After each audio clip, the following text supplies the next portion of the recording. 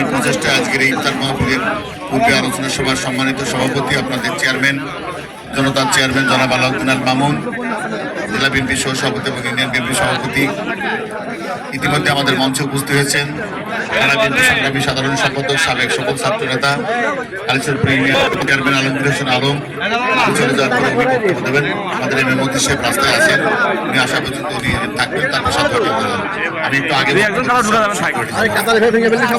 আমাদের মাঝে উপস্থিত আছেন আমাদের থানা বিএনপি সংগ্রামী সিনিয়র সহ সভাপতি বড় ভাই জাহিদুল ইসলাম, সাংগঠনিক সম্পাদক জনাব অ্যাডভোকেট ফিরোজ, আমাদের আর এক ভাই যুগ্ম সম্পাদক আলমগীর হোসেন, সাধারণ সম্পাদক ডক্টর ইনালি সিরাজ ভাই সহ অঙ্গ এবং সহযোগী সংগঠনের প্রিয় নেতৃবৃন্দ।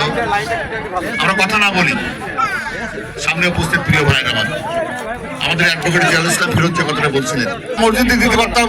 এই ইফতার মাহফিল ইচ্ছা করলে আমরা শুধু ইফতারি দিয়ে আমরা চলে যেতে পারতাম, কিন্তু এই ইফতার মাহফিলটাকে আমাদের দলের একটা কর্মসূচিতে রূপান্তরিত করা হয়েছে। এই ইফতার মেলা একটা আমাদের দলের ভ্রাতৃত্ব বন্ধনের জন্য আমরা আজকে মিলন মেলায় কিন্তু রূপান্তরিত হয়েছে। আজকে এই ইফতারকে সামনে রেখে আপনার দলকে সুসংগঠিত করার প্রত্যয় ব্যক্ত করবেন এবং আগামী দিন আপনাদের স্ব সেন্টারে জয়লাভ করার জন্য আপনাদেরকে ওয়াদা করতে হবে। আপনাদের নিজেদের সেন্টার যে কোনো মূল্যে আপনাদের ধানের শীষে জয়লাভ করার জন্য আপনাদের যা যা করণীয় সেই করার প্রত্যয় কিন্তু আপনাদের আজকে এখানে করতে হবে। এরপর স্থানীয় নির্বাচন আসবে। এই আলাউদ্দিন চেয়ারম্যান আগামী দিন যাতে আবারও এই ইউনিয়নের চেয়ারম্যান হতে পারে, তার জন্য এখন থেকে কিন্তু আমাদের কাজ করতে হবে।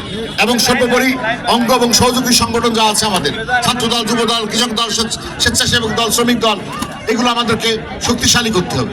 এবং আর একটা কথা আমি বলবো আপনাদেরকে, আমাদের মা বোনেদেরকে কোনো অবস্থায় যাতে আমরা না শুনি যেটা বিশেষ দলের প্রতি আকৃষ্ট হয়ে যাচ্ছে।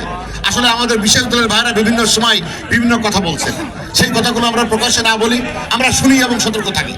আমি আপনাদের আহ্বান জানাবো যে বিএনপি এই মুহূর্তে বাংলাদেশের সবচেয়ে জনপ্রিয় দল। বিএনপি নেত্রী বেগম খালেদা জিয়া যে নির্যাতন অত্যাচার ভোগ করেছে, তারেক রহমান সাহেব যে নির্যাতন অত্যাচার ভোগ করেছে, আপনারা যারা এখানে বসে আছে আপনাদের নির্যাতন অত্যাচার ভোগ করে আছে 16 বছর এর থেকে প্রমাণ হয় না। এরপরও বিএনপি ভেঙে একটা লোক আওয়ামী লীগে যায় নাই, একটা লোক অন্য করে যায় নাই, এটাই প্রমাণিত হয় এই সাধারণ ইউনিয়ন বিএনপির ঘাঁটি।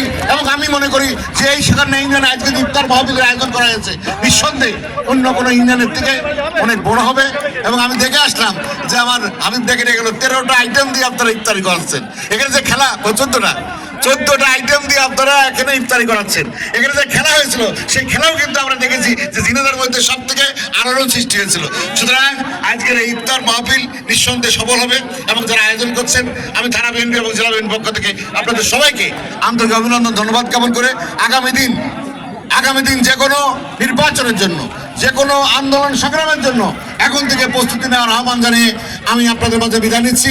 এরপর আমার সাধারণ সম্পাদক সহ যে মেহমানগুলো আছে, মেহমানগুলো বক্তব্য দেবেন, তারপরে আমরা এখানে আমাদের নবজি সাহেব এসে বক্তব্য দেবেন, তারপর বিতরণ করা হবে। সুবিধা মতো সময় আপনারা ইফতার বিতরণ করবেন। সবাইকে ধন্যবাদ, ভালো থাকবেন, সুস্থ থাকবেন, আল্লাহ হাফেজ।